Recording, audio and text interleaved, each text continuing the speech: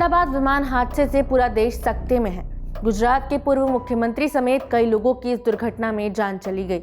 ऐसा ही हादसा हरियाणा के चरखी दादरी में हुआ था, जब 12 नवंबर 1996 को दो विमान आपस में टकराए और सैकड़ों लोगों की मौत हो गई। ये दुनिया का सबसे घातक मिड एयर टकराव था।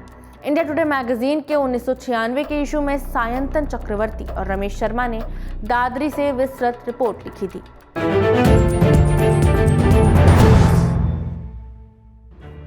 नमस्ते, मेरा नाम खुशबू है और आप देख रहे हैं इंडिया टुडे हिंदी। 12 नवंबर 1996 रात के करीब 6:40 हरियाणा के चरखी दादरी के ऊपर आसमान में दो विमान टकराए। सऊदी अरेबियन एयरलाइंस का बोइंग 747 और कजाकिस्तान एयरलाइंस का इल्यूशन IL-76। इस हादसे में दोनों विमानों के 351 लोग मारे गए थे। सऊदी अरेबियन फ्लाइट 763 दिल्ली से धारान सऊदी अरब जा रही थी। इनमें 312 लोग सवार थे। दूसरी ओर कजाकिस्तान एयरलाइंस फ्लाइट 1907 चिमकेंट से दिल्ली आ रही थी, जिनमें 39 लोग थे। दोनों विमान दिल्ली के इंदिरा गांधी अंतर्राष्ट्रीय हवाई अड्डे के पास ही थे। सऊदी फ्लाइट को 14,000 फीट पर उड़ान भरने की अनुमति थी, जबकि कजाक विमान को 15,000 फीट पर रहना था। लेकिन कजाक विमान बिना अनुमति के 14,000 फीट तक नीचे आ गया।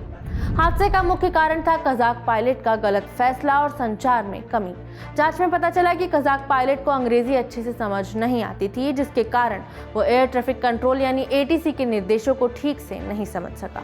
ATC ने कजाक विमान को 15,000 फीट पर रहने को कहा, लेकिन वो 14,000 फीट पर आ गया, ठीक उसी ऊंचाई पर जहां सऊदी विमान उड़ रहा था।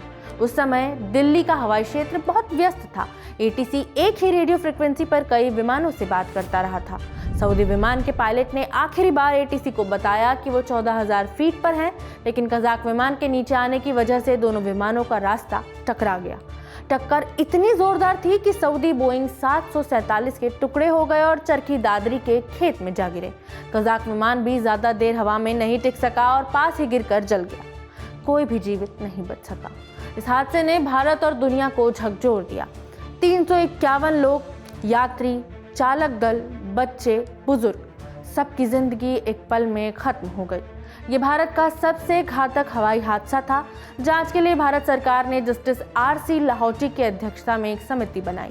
समिति ने पाया कि कजाक पायलट की गलती और खराब संचार प्रणाली इस त्रासदी का कारण बने। इसके अलावा उस समय भारत में विमानों में टक्कर रोधी प्रणाली यानी TCAS अनिवार्य नहीं थी, जो शायद इस हादसे को रोक सकती थी।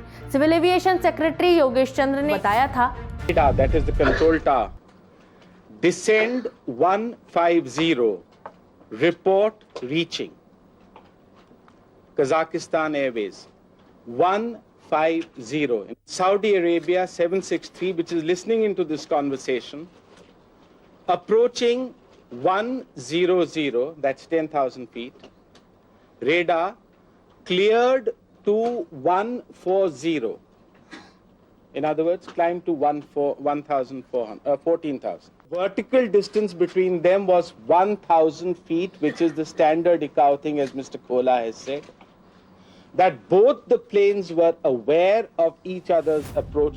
उस दौर में ATC के पास जो उपकरण थे, उनसे विमान की ऊंचाई का पता नहीं लगाया जा सकता था। हादसे के बाद बचाव दल तुरंत मौके पर पहुंचे, लेकिन टक्कर के बाद आग और मलबे ने किसी को बचने का मौका नहीं दिया।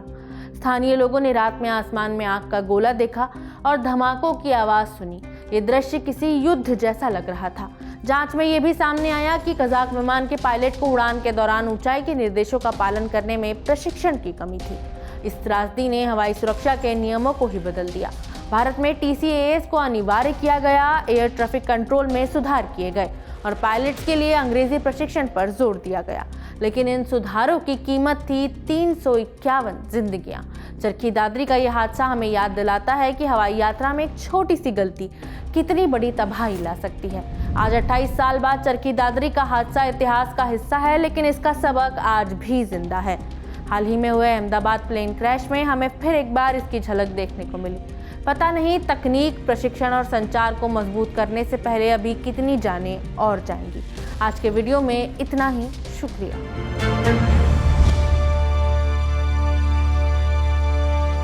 इसी तरह की तसल्ली से भरी हुई एक्सक्लूसिव रिपोर्ट्स देखने के लिए सब्सक्राइब करें इंडिया टुडे हिंदी का यूट्यूब चैनल और बेल आइकन जरूर प्रेस करें ताकि वीडियो अपलोड होते ही आपको खबर हो जाए।